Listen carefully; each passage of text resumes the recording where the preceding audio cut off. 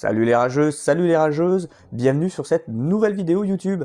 Alors oui, je sais, ça faisait un petit moment qu'on ne s'était pas vu, que je n'avais pas posté de contenu sur cette plateforme. Je m'en excuse platement, mais effectivement, les aléas de la vie font que mon nouveau boulot, mes projets personnels, ma chaîne Twitch font que, bien évidemment, le temps était un petit peu compliqué, pas suffisamment de temps pour vous proposer du contenu inédit, exclusif sur cette plateforme. Donc, j'espère qu'avec cette vidéo, tout reviendra en ordre, que je pourrai à nouveau prendre un petit peu le temps de vous faire des sujets inédits et qu'on repartira de bon pied. Alors pour le coup, n'hésitez pas à vous abonner comme d'habitude, aimez la vidéo si jamais le contenu vous a plu, le petit pouce bleu, et puis n'hésitez pas à laisser un petit commentaire, ça fait marcher l'algorithme et ça fait toujours plaisir. Sur ce, je vous souhaite bonne vidéo, c'est parti pour le générique.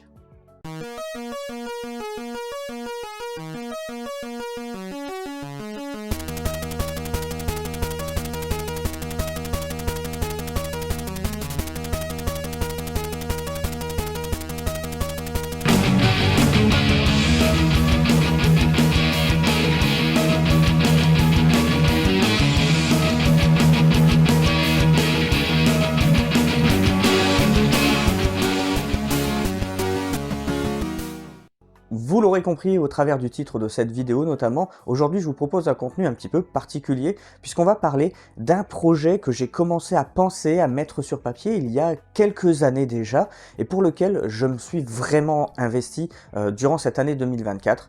Il s'agit de la fabrication d'une bibliothèque sur mesure pour mes mangas qui va entraîner par la force des choses le réaménagement complet de mon salon. Alors attention les amis, vraiment, cette vidéo n'a pas pour objectif de vous montrer mes talents de décorateur d'intérieur, mais bien de vous présenter un projet que j'ai réussi à réaliser moi, le geek avec deux mains droites qui ne sait pas bricoler et qui est incapable d'assembler de base, qui est incapable d'assembler deux planches ensemble correctement. Tout a démarré de ce constat. Mon salon était devenu un énorme espace de stockage pour mes passions envahissantes et accéder à celle-ci devenait de plus en plus problématique. Par exemple, mon meuble manga était tellement surchargé, était tellement encombré que chaque espace de rangement pouvait aller jusqu'à 4 rangées de mangas. Donc forcément, on arrivait à un moment où je ne savais même plus quelle série je possédais ou même où est-ce qu'elle se trouvait dans ce meuble. Au final, la solution m'est venue assez rapidement en fait. Il me fallait simplement un nouveau meuble de rangement, voire une nouvelle bibliothèque, ce qui me permettait de récupérer l'ancien meuble de manga, d'en faire un nouveau meuble de rangement, notamment pour les jeux de société ou le jeu vidéo. Mais en fait, cet espace dans le salon, comme il est très restreint, comme il était très petit, il fallait que je trouve quelque chose qui me permettait d'optimiser au maximum cet espace. Ce qui fait que j'en suis venu à la conclusion qu'il me fallait une bibliothèque sur mesure. Bien évidemment, avant de me lancer dans la conception de ce projet, il a fallu que j'aille fureter sur internet pour essayer de trouver des idées de conception, des idées de bibliothèque sur mesure déjà existantes pour que je puisse quand même me faire une idée sur quel genre de base j'allais me référer pour pouvoir travailler mon projet. Une fois le concept trouvé, j'ai pu commencer à réaliser les plans du projet. Et honnêtement, je ne pense pas que ce soit cette partie qui m'a pris le plus de temps ou qui a été le plus difficile à faire. Je pense que ça vient surtout de mes compétences dans le graphisme, de la conception 3D, qui fait que j'ai pu visualiser très rapidement l'objet dans son ensemble. Donc, je suis passé chez mon grossiste en bricolage, et une fois que j'ai récupéré toutes les cotations que j'avais besoin, j'ai fait d'abord des petits plans, des petits gribouillis vite fait grossiers sur papier, et ensuite j'ai réalisé, à l'aide des cotations, j'ai pu réaliser des plans très détaillés, incluant les largeurs des planches, la hauteur, largeur, l'épaisseur des planches, la hauteur des roues qui aussi était très importante par exemple à rajouter au projet. Tout ça, j'ai pu le mettre à plat, j'ai pu faire mes plans de manière assez simplement. Ce premier voyage sera le premier d'une longue série chez mon grossiste en bricolage et il me permettra de mettre à plat notamment tout ce qui est budget. Et oui, il va falloir commencer à penser aux matières premières, le bois, la visserie, les roues, les outils comme la perceuse, la visseuse, les forêts, le mètre. Et tout ça, c'est un budget qu'il va falloir commencer à penser à mettre de côté. Et je vous avoue que c'est à partir d'ici que dans ma tête, ça commence déjà à déraper. Mais dans quoi je m'embarque? Dans quoi je m'embarque? Tu verras, tout va bien se passer. Non, mais je vais jamais y arriver. Non, je vais jamais y arriver. Mais voyons, t'inquiète pas. Allez, ça va être chouette, on va bien s'amuser. Alors, heureusement ou malheureusement, à vous de décider, un événement indépendant de ma volonté va perturber, va venir chambouler un peu ce projet. C'est le Covid-19. Avec l'arrivée de la pandémie et du confinement, je suis obligé de mettre le projet dans un tiroir pendant quelques temps.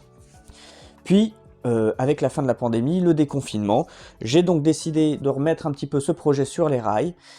Malheureusement, ça a très vite déraillé. Je suis retourné chez mon grossiste en bricolage et quand je me suis aperçu que mon budget avait pris une sacrée claque, oui, le bois pendant le confinement, le bois avait presque triplé en termes de prix, donc mon budget en lui-même avait presque triplé. Donc comme j'ai vu que ce budget avait complètement explosé, j'ai décidé de remettre à nouveau ce projet dans un tiroir pendant quelques temps. Nous sommes maintenant en 2024. Mon nouveau boulot me permet de mettre de l'argent de côté. Et étonnamment, le prix du bois a énormément baissé.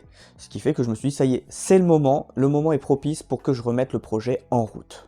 Étape 1, l'achat du bois. Et oui, puisque le bois est l'élément principal de mon projet, il fallait bien que je priorise son achat. Et c'est pas 10 ou 15 petites planches de mélaminé que j'ai achetées, hein, mais c'est bien 50 planches de mélaminé blanc rien que pour faire les étagères intérieures de ma bibliothèque. Étape 2, l'achat des outils. Qui dit bricolage dit forcément outils de bricolage. Bah oui, c'est logique. J'ai dû investir donc dans du matériel, dans des outils pour faire mon projet, notamment une perceuse visseuse de chez Parkside qui m'aura vraiment été très utile. Elle a été très performante sur ce projet. Et aussi d'autres petits éléments comme des forêts, un mètre. Mais vous verrez au travers de cette vidéo que les frais ne s'arrêteront pas là. Étape 3. L'achat de ce que j'appelle les consommables. Alors, pour moi, ce sont les éléments qui sont destinés notamment à la fixation ou à la finition du meuble. Dedans, j'y regrouperai notamment toute la visserie, les roues, les équerres de fixation, les poignées. On peut y mettre aussi la pâte à bois, le papier abrasif ou encore les bandes de chante thermocollants. Voilà, maintenant que tous les éléments sont en place, sont bien achetés, il ne reste plus qu'à passer à l'étape suivante et pas la plus facile. Étape 4, la fabrication des étagères. Alors bien évidemment, c'est là que les problèmes ont commencé à pointer le bout de leur nez, mais pas forcément là où je m'y attendais. Tout aurait bien pu se passer, mais lors de la fabrication de la première étagère,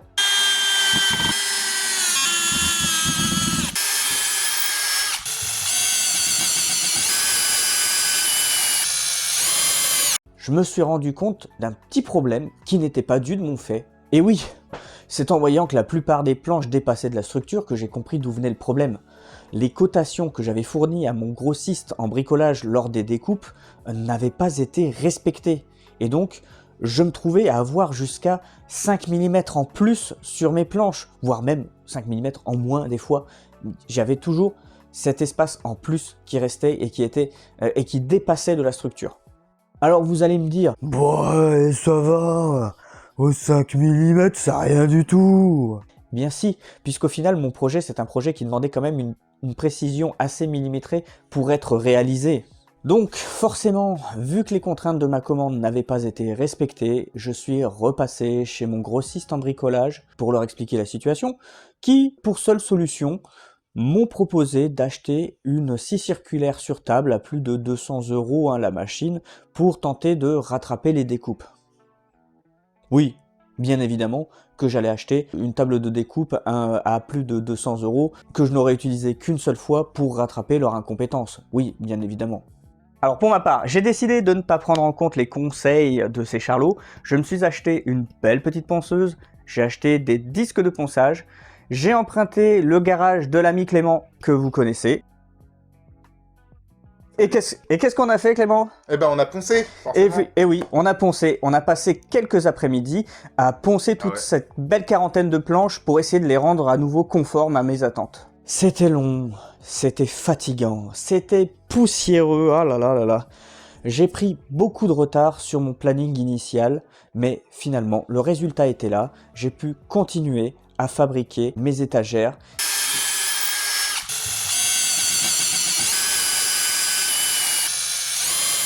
Et très vite, la structure de la première étagère était terminée. Une fois la structure de la première étagère était terminée, j'ai pu enchaîner assez rapidement la fabrication des 3 autres structures. Alors, arrivé à cette partie de la conception de la bibliothèque, j'ai commencé fortement à me remettre en question. Bon, alors oui, comme à chaque fois que j'arrivais à assembler 2 planches ensemble, hein, je me remettais en question toutes les 2 minutes. Est-ce que ça va aller? Est-ce que ça va pas aller?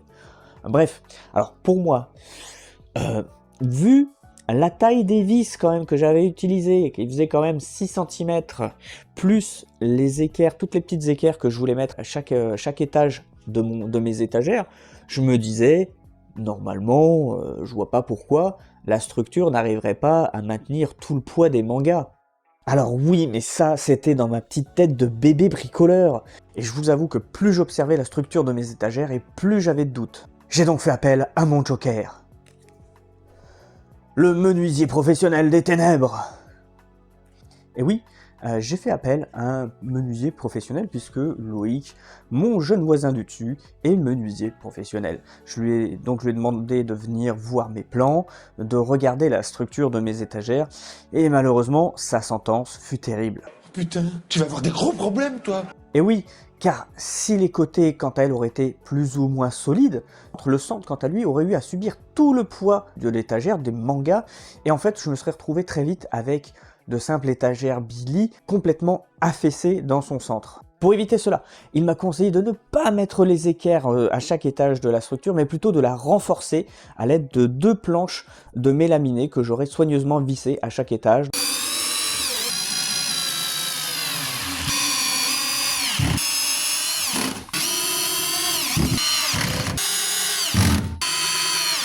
Et ensuite de ne pas oublier de laisser un espace en haut pour accueillir le guide qui viendrait par la suite quand je la tirerai. Une fois que j'ai mis en place ces planches, son verdict a été complètement différent. Ce qui m'a énormément réconforté. On arrive à la fin de cette étape avec la finition. Alors, vous l'avez vu sur les photos, les tranches de nombreuses de mes planches sont visibles à cause des découpes. Donc pour rendre ça plus agréable visuellement, il est temps d'utiliser les bandes de champ thermocollantes. Ce sont des bandes que l'on place sur les tranches des planches et à l'aide du fer à repasser, on va passer le fer à repasser chaud dessus de manière à activer la colle qui se trouve dans le dos. Et ainsi, on ne voit plus les tranches dessus. Voilà, elles sont collées, elles ne bougeront plus. Mais le plus délicat dans cette partie, c'est vraiment de découper les bandes puisqu'elles ne sont pas forcément à la bonne largeur de nos planches. Donc il faut découper après ces bandes de champ thermocollantes. Et je dois vous avouer qu'il y a eu quelques petits ratés de ce côté-là. Voilà, une fois qu'on a fini nos finitions sur la première étagère, la première structure, les 3 autres se sont achevées plutôt rapidement. Étape 5, vider le salon. Et oui, alors vous vous dites sûrement, il aurait dû faire ça depuis bien longtemps. En fait, je vous avoue que comme je savais que j'allais en avoir pour quelques mois de bricolage, j'ai préféré attendre d'arriver à la partie la plus importante, la plus imposante, la plus encombrante, avant de commencer à transvaser tout mon salon dans la chambre. Et à ce moment-là, je ne m'étais pas encore rendu compte de tout le bazar que j'avais accumulé. Oh là là, outre les mangas, les CD, les DVD, les consoles, les télévisions, les cadres, les figurines, oh là là là là, ma chambre c'était devenu vraiment un sacré capharnaüm. Allez, je vous mets la petite vidéo pour que vous vous rendiez un peu compte.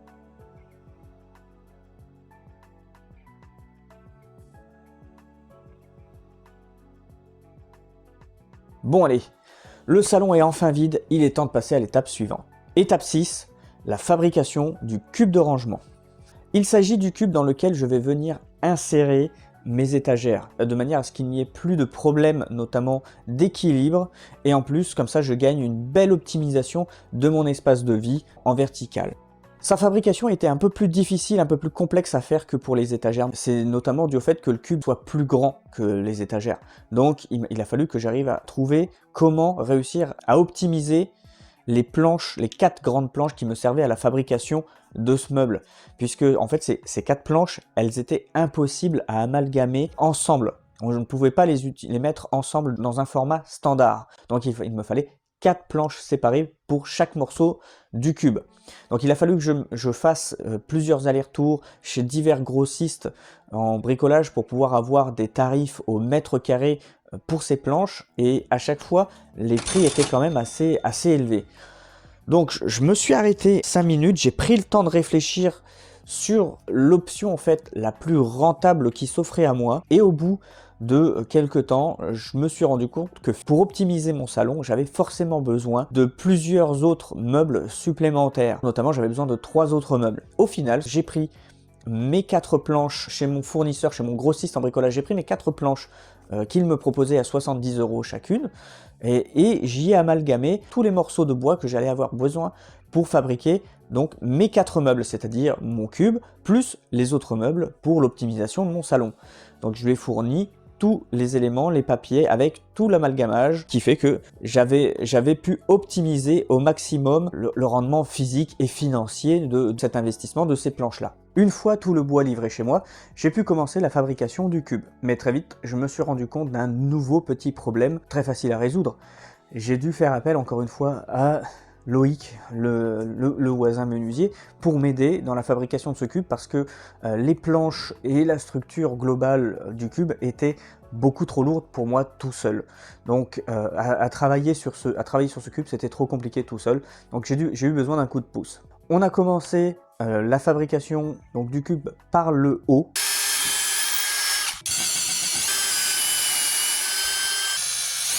Parce que installer les planches qui servaient de guide, qui allaient servir de guide pour les étagères, était bien plus facile à mettre en place qu'une fois le reste du cube assemblé, une fois les côtés et l'arrière assemblés. D'ailleurs, une fois qu'on a eu vissé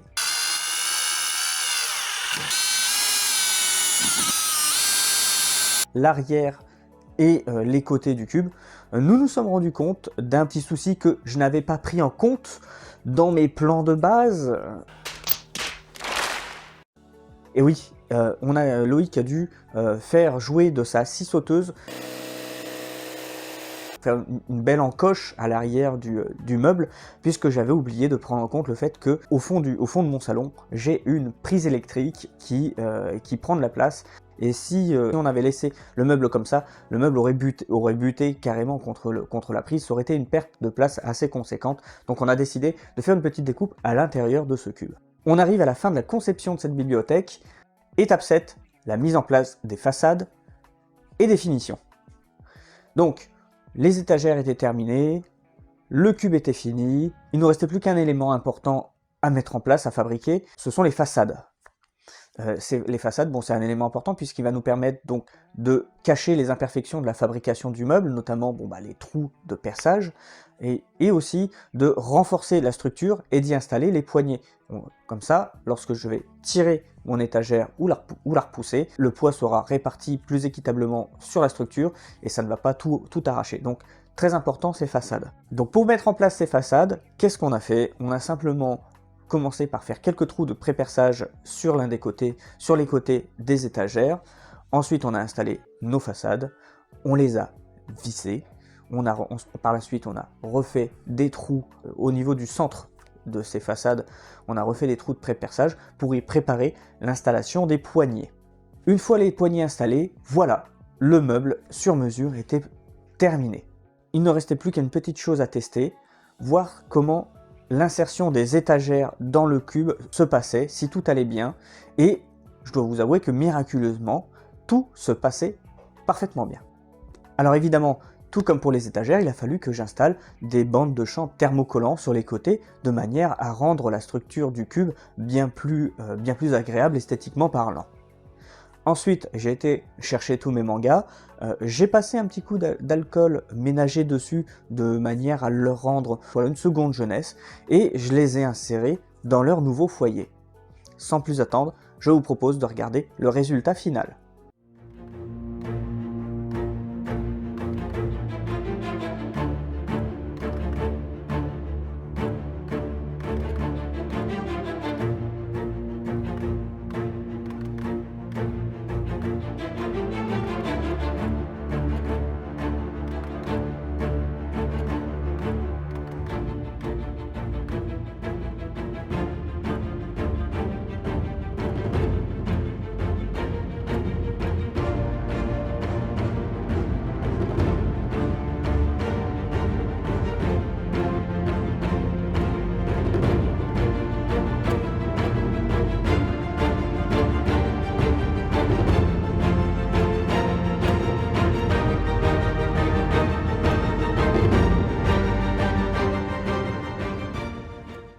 Alors oui, l'utilisation de cette bibliothèque n'est pas sans contrainte, hein. Il faut quand même une certaine force dans les bras pour pouvoir sortir les étagères du cube ou les rentrer. Et le fait est que je n'ai pas installé de taquet de sécurité aux entrées du box, donc si jamais je tire un peu trop fort, les étagères peuvent sortir du guide et pourraient possiblement risquer de tomber. Donc il faut que je fasse très attention, mais malgré ces quelques petites contraintes, l'optimisation gagnée, l'espace gagné, ainsi que la praticité que j'ai gagnée à l'utilisation de cette bibliothèque en fait que c'est vraiment, je pense, une de mes meilleures idées et surtout un de mes meilleurs bricolages que j'ai jamais fait. Et ça, je peux vous le confirmer parce que ça fait maintenant quelques mois que je l'utilise, cette bibliothèque, et franchement, j'en suis vraiment très très content. Alors, on n'allait pas s'arrêter en si bon chemin, hein. Maintenant que la bibliothèque sur mesure était terminée, j'allais pouvoir me concentrer sur les autres meubles qui serviraient au réaménagement du salon. Étape 8, les petits bricolages. Eh ben oui, petits, puisque par rapport à ce que je venais déjà de réaliser, en fait, ces petits meubles d'appoint allaient vraiment être d'une facilité déconcertante, voyons. Bon, j'ai commencé par préparer une étagère au format cube de 1,50 m de haut. J'y ai inséré les équerres de fixation sur les côtés. J'ai enfin utilisé mes équerres de fixation. Et ensuite, j'ai simplement placé mes planches dessus ces équerres. Donc, ce qui fait que je peux potentiellement descendre ou monter les équerres et j'ai juste à poser les planches dessus. Au niveau de la finition, j'ai utilisé les bandes thermocollantes par la suite pour pouvoir rendre ce meuble bien plus agréable visuellement. Et ce meuble, en fait, je vais m'en servir pour mes fonds de stream Twitch. J'y ai placé des goodies, j'y ai placé des collectors, des figurines, pas mal de petites choses en rapport avec notamment le jeu vidéo. Et vous retrouverez potentiellement à l'avenir, bientôt, ce meuble avec son décor pour mes streams Twitch. Le second meuble était lui aussi un meuble de rangement, mais cette fois-ci pour les consoles de jeux et les télés. J'avais déjà un premier meuble de rangement pour tout ça, mais il m'en fallait un deuxième. Je me suis inspiré de ce premier meuble pour la conception de mon second meuble, et du coup la conception, la fabrication a été plutôt rapide.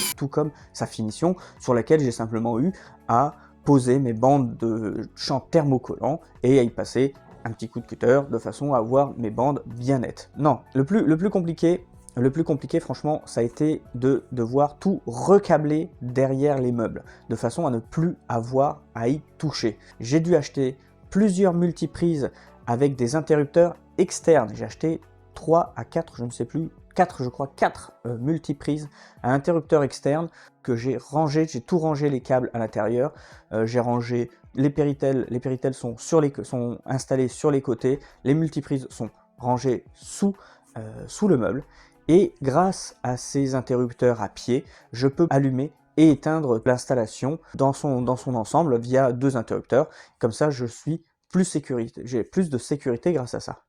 Le troisième et dernier meuble que j'ai réalisé, c'est un meuble pour mes DVD. Et oui, celui que je possédais avant était moitié moins grand et était extrêmement encombré. Maintenant, grâce à ce nouveau meuble, je peux y ranger tout ce que je veux en termes de DVD. Enfin, oui et non, parce qu'il est déjà rempli. Largement. Il ne peut rien y mettre. Non. Donc, sa fabrication s'est faite de manière très rapide, très simple, tout comme sa finition, pour lequel j'ai utilisé, bien évidemment, vous le savez maintenant, les bandes de champ thermocollant. Hop, on a passé un coup de fer à repasser, un coup de cutter, c'était nickel, c'était propre, c'était beau, c'était fini. Et voilà, maintenant que tous les meubles avaient été fabriqués et disposés tel que je le souhaitais dans le salon, il ne me restait plus qu'à rebasculer tout ce que j'avais dans la chambre. Alors ça, ce fut long et compliqué parce qu'il a fallu que j'optimise vraiment chacune de mes pièces de manière à avoir l'espace que j'avais visualisé dans ma tête. Il a fallu que je revoie tout ça et il fallait que je garde quand même ce côté pratique et agréable visuellement pour en finir avec ce côté entassement, bazar que j'avais au départ dans le salon. Donc ça a été un peu compliqué, mais le résultat était là. Allez, voici la vidéo finale. il est temps de vous présenter le résultat final du réaménagement du salon. Alors bien évidemment, comme je vous ai dit, on commence par l'entrée du salon avec ce petit espace décoration pour les streams. L'entrée en elle-même était vide. Et on continue. Maintenant dans l'entrée, vous allez avoir à droite un espace mural sur lequel je peux y afficher l'une de mes nombreuses affiches de cinéma. Je possède une collection d'une 50aine d'affiches et je peux maintenant régulièrement modifier l'affiche pour un petit effet décoratif des plus agréables. Aujourd'hui, vous avez du Totoro par exemple. Au fond, donc, vous voyez le meuble à manga. Vous voyez la place que prend le meuble. Je trouve que c'est pas non plus excessif, dans le sens où, verticalement parlant, c'est plutôt bien. Et une fois que le meuble est fermé, on prend vraiment un espace très réduit dans le salon. Vous avez le meuble TV avec toutes les consoles qui sont exposées. Lorsque l'on va un petit peu plus à gauche, vous pouvez voir, j'ai enfin pu mettre en place un espace pour le jeu de Go, dans lequel je peux avoir facilement accès en fait à tout mon matériel. Donc ça c'est très agréable de pouvoir déplacer ma table de Go, mes pions, et ainsi que mes petits coussins de manière bien plus agréable. J'avais du bazar qui était entassé tout autour, il fallait que je déplace tout le bazar pour pouvoir avoir accès à ma table de Go. Là maintenant la table est accessible de manière bien plus simple. Ensuite sur la gauche vous avez tout ce qui est rangement pour les manettes et les accessoires pour les consoles de jeux vidéo. J'y ai fait aussi un petit espace atelier pour tout ce qui est réparation des accessoires des consoles. Donc avec un petit peu de déco, hein, du Dragon Quest bien sûr, bien évidemment. J'ai réussi à me mettre en place un espace musique avec une chaîne hi-fi, mes petits vinyles que je garde pour la collection parce que ce sont des vinyles que j'ai depuis des années, voilà. Et enfin, vous avez le petit espace DVD, enfin, le petit espace DVD dont je vous ai parlé, qui est déjà entièrement plein, entièrement rempli. Grâce à tout ce visuel moins encombré, j'ai pu accrocher les tableaux de ma fille. Mais les magnifiques tableaux de ma fille, voilà. Et dès qu'on rentre dans le salon, ils sont visibles, et c'est bien plus agréable comme ça donne vraiment un petit cachet au salon, ces petits tableaux là, ça c'est chouette, je suis content. Et du coup, j'ai entre guillemets condamné un morceau de l'entrée, de manière à pouvoir mettre en fait le canapé devant, avec le meuble stream derrière, ce qui fait que ça m'a fait gagner un petit peu de place aussi, et vraiment, là je me sens bien mieux dans cette pièce. Et vous vous demandiez sûrement où sont passés les jeux de société, puisqu'ils ne sont plus dans notre pièce. Les jeux de société sont passés dans une autre pièce, dans laquelle j'ai récupéré l'ancien meuble à manga, et j'y ai installé notamment tout ce qui est jeux de société, tout ce qui est livres jeux vidéo, avec surtout mes guides japonais avec lesquels je travaille pour l'écureuil noir, puisque vous voyez le travail de l'écureuil noir est là aussi. J'y ai rangé aussi toutes mes big box PC dans ce coin-là, et il y a un espace entre guillemets rangement pour tout ce qui part à la vente sur les divers sites de vente en ligne. Voilà les amis, nous voici à la fin de cette vidéo. J'espère que vous avez apprécié le résultat final autant que moi je l'apprécie. Ce changement de décor, ce changement de salon, d'appartement, comme vous le souhaitez, m'a fait un bien fou. Je me sens beaucoup mieux dans mon environnement. On se revoit très très bientôt. J'ai encore pas mal de petites choses à vous dire, à vous montrer, à travers les vidéos YouTube, bien évidemment, mais aussi sur Twitch. On se dit à très vite et j'espère vous revoir très très bientôt. Salut les rageux, à très vite, bisous, ciao!